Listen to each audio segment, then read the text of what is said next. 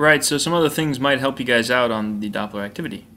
The first is, I focused mainly on the word frequency when I was talking about the Doppler effect, but there's another property of waves called wavelength, and we could just as easily write the Doppler effect as the change in wavelength of a wave caused by relative motion of the wave source and the observer.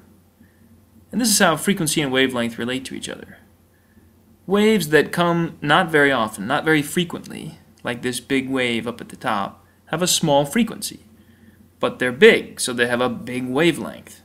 And so if you have a big wavelength, you have a small frequency. And the opposite is true too. With a high frequency or a big frequency, if the waves come frequently, then they aren't very big and they have a small wavelength. So that's one thing that I wanted to straighten out before you got loose on the project, because I kept talking about frequency in part 1 of this video and not wavelength. But the Doppler shift works just as well for the wavelength.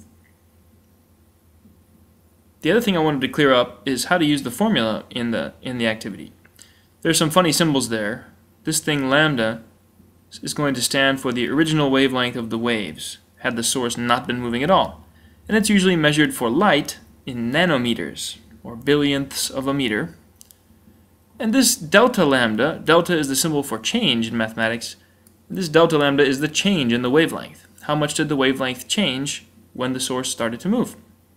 V will stand for the speed of the source, so the speed of the galaxy or the fire truck or the train or whatever the thing is that's moving and sending out waves. And c is going to be the speed of the waves themselves, so the speed of light is 300,000 kilometers per second, could be the speed of sound if we were talking about sound waves. And the formula that connects all these things is that delta lambda over lambda is v over c. The change in wavelength over the original wavelength is the speed of the source divided by the speed of the wave. Here's an example of how to use that equation. It's not too bad. Let's say there's light that has a wavelength of 600 nanometers normally, and we observe this particular color of light and it's been shifted to 630 nanometers. Now, because the wavelength has gotten bigger, that means the frequency has gotten smaller.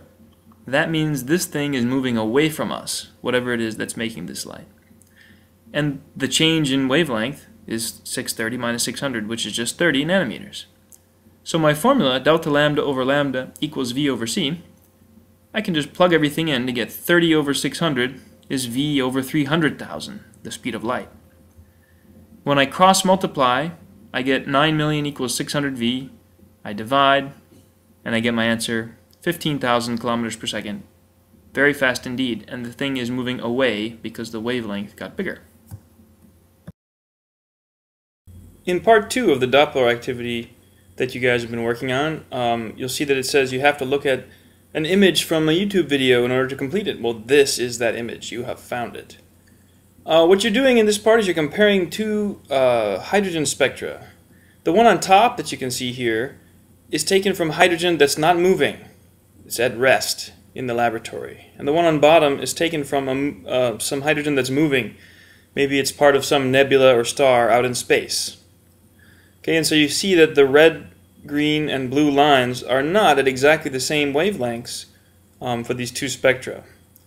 And your job in part 2 of the Doppler activity is to use the difference in position or in wavelength of these lines to figure out how fast the source of hydrogen gas in space is moving. Good luck, and send me email if you have questions.